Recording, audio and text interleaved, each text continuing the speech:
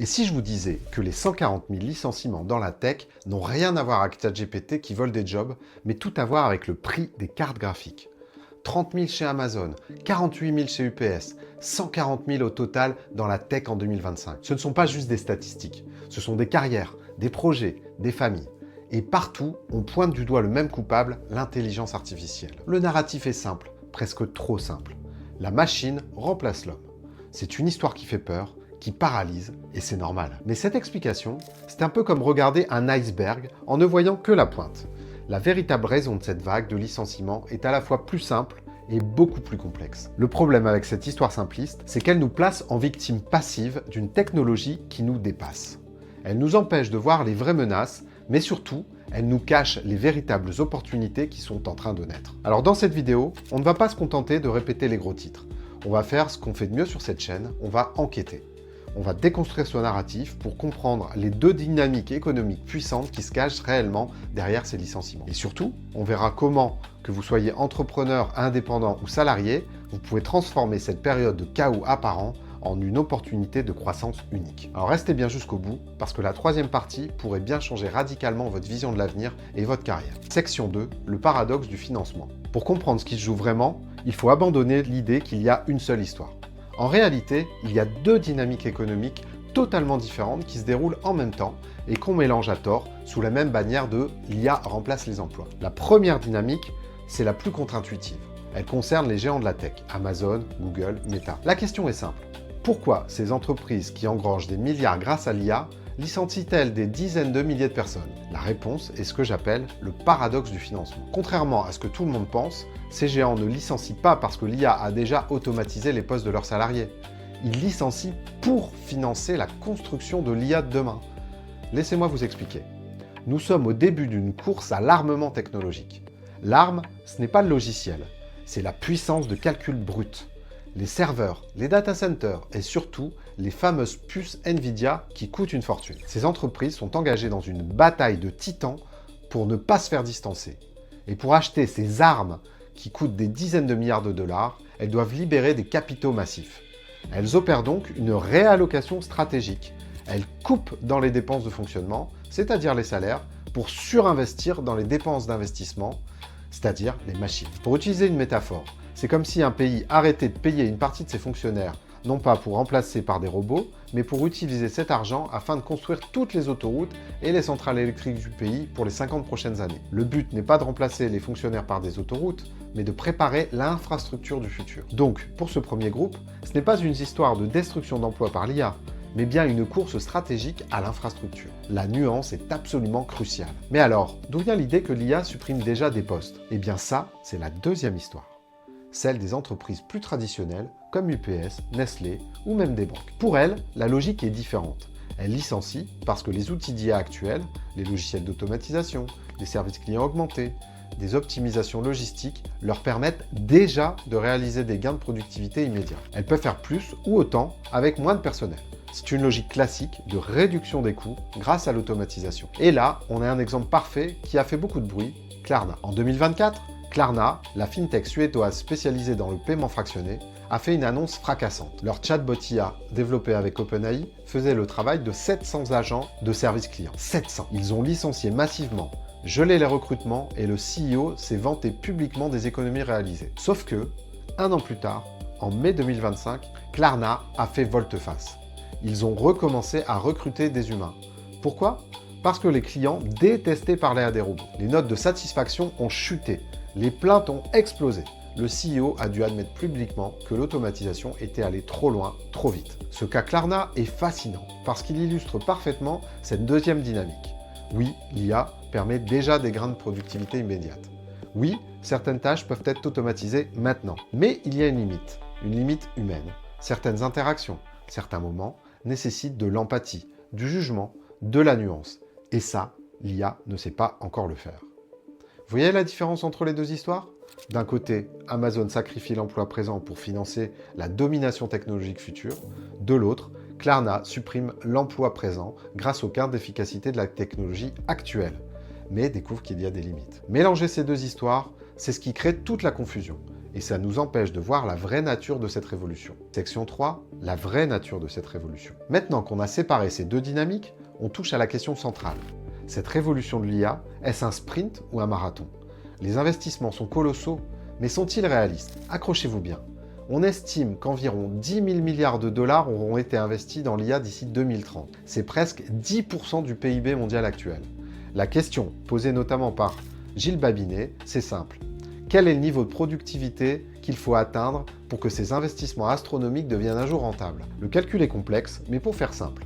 En prenant en compte le coût de l'argent et la répartition de la valeur, les systèmes d'IA devraient produire environ 45 000 milliards de dollars d'activité économique additionnelle en quelques années. Pour mettre ça en perspective, cela exigerait une hausse de la productivité mondiale de 30%, soit un rythme de 5% par an.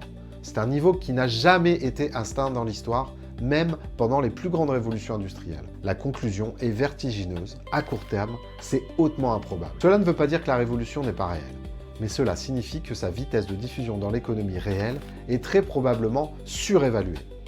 L'argument du « cette fois c'est différent » a maintes fois été démontré. Ce n'est donc pas la réalité de la révolution qui est en question, mais son calendrier. Et c'est là que ça devient vraiment intéressant, parce qu'on se retrouve face à un paradoxe absolu.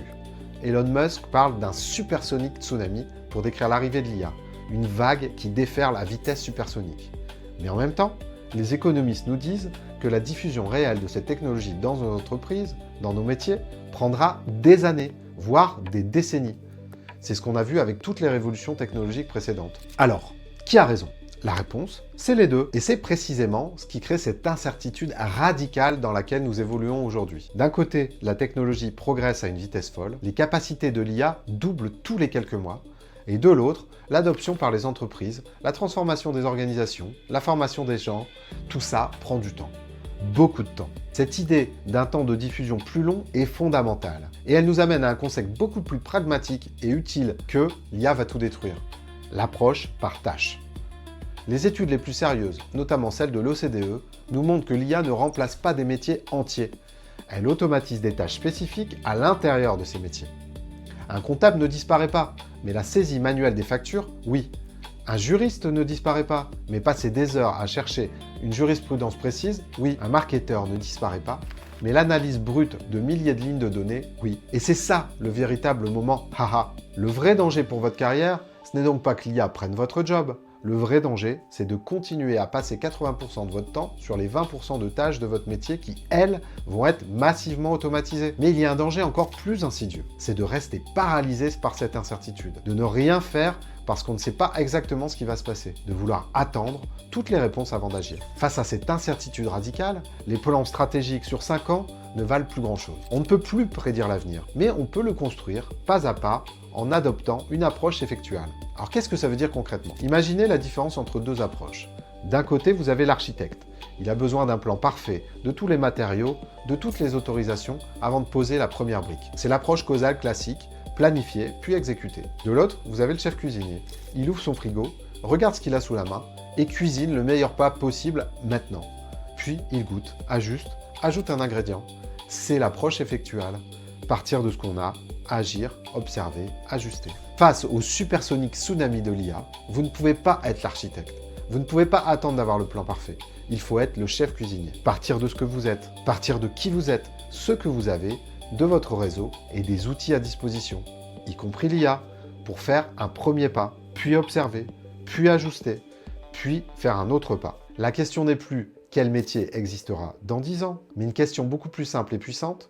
Quelle est la tâche pénible, répétitive et à faible valeur ajoutée de mon quotidien que je peux commencer à automatiser aujourd'hui pour me libérer ne serait-ce que 30 minutes par jour pour penser à la stratégie, parler à mes clients ou développer ma créativité? C'est ça, naviguer dans l'incertitude avec une approche effectuelle. Pas de grand plan, juste des petits pas concrets, mesurables, qui vous font avancer. Et cette nouvelle façon de voir les choses nous ouvre directement la porte vers la dernière menace, celle dont personne ne parle vraiment. Section 4, la menace invisible, les full stack AI companies. Comprendre ce que l'IA automatise des tâches et non des métiers, c'est la première étape. Mais la véritable disruption, la vague de fond qui arrive, est encore plus profonde. Elle ne vient pas de l'automatisation de vos tâches, mais de la réinvention complète des modèles économiques. Et ça, c'est la menace dont personne ne parle vraiment. Le plus grand incubateur de start-up au monde, Y Combinator, a récemment fait une annonce qui est passée sous les radars, mais qui est capitale. Il ne cherche plus en priorité des entreprises qui vendent des logiciels d'IA, mais des entreprises de services construites sur l'IA. Qu'est-ce que ça veut dire? C'est un changement de paradigme total. L'ancienne approche, c'était de créer un outil d'IA et de le vendre aux entreprises existantes. Par exemple, vendre un logiciel d'aide à la comptabilité à des cabinets d'experts comptables. La nouvelle approche, dite Full Stack AI, c'est de créer un service de comptabilité entièrement automatisé, piloté par des agents IA, qui est 10 fois plus rapide et 10 fois moins cher que les cabinets traditionnels. Vous ne vendez plus des outils aux dinosaures, vous créez l'astéroïde qui va les faire disparaître. Pensez-y une seconde. Vous êtes expert comptable, vous avez investi dans des outils d'IA pour être plus efficace. Parfait. Mais pendant ce temps, une start-up crée un service de comptabilité entièrement automatisé, sans bureau, sans comptable, qui facture 10 fois moins cher que vous. Qui va gagner? Vous êtes avocat spécialisé en droit des contrats. Vous utilisez ChatGPT pour rédiger plus vite. Génial!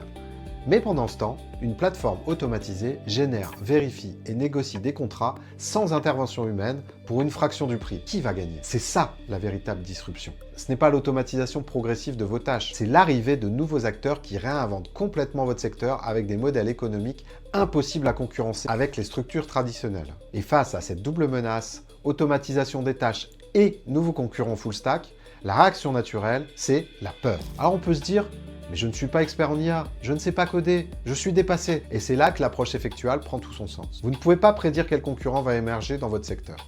Vous ne pouvez pas savoir exactement quelles tâches seront automatisées dans 5 ans. Mais vous pouvez agir maintenant. Vous pouvez identifier la première tâche à automatiser. Vous pouvez tester un outil IA cette semaine. Vous pouvez parler à un client pour comprendre ce qu'il valorise vraiment dans votre service. Et c'est rarement la tâche automatisable.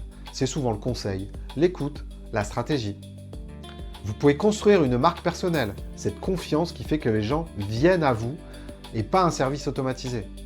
Parce que paradoxalement, dans un monde saturé de contenus et de services créés par l'IA, votre expertise humaine, votre marque personnelle, la confiance que vous inspirez deviennent infiniment plus précieuses. C'est ce que l'entrepreneur Daniel Presley appelle le flight to quality, un repli vers la qualité et la confiance. Dans un océan de contenu IA générique, les gens vont chercher des phares, des experts reconnus, des personnes de confiance.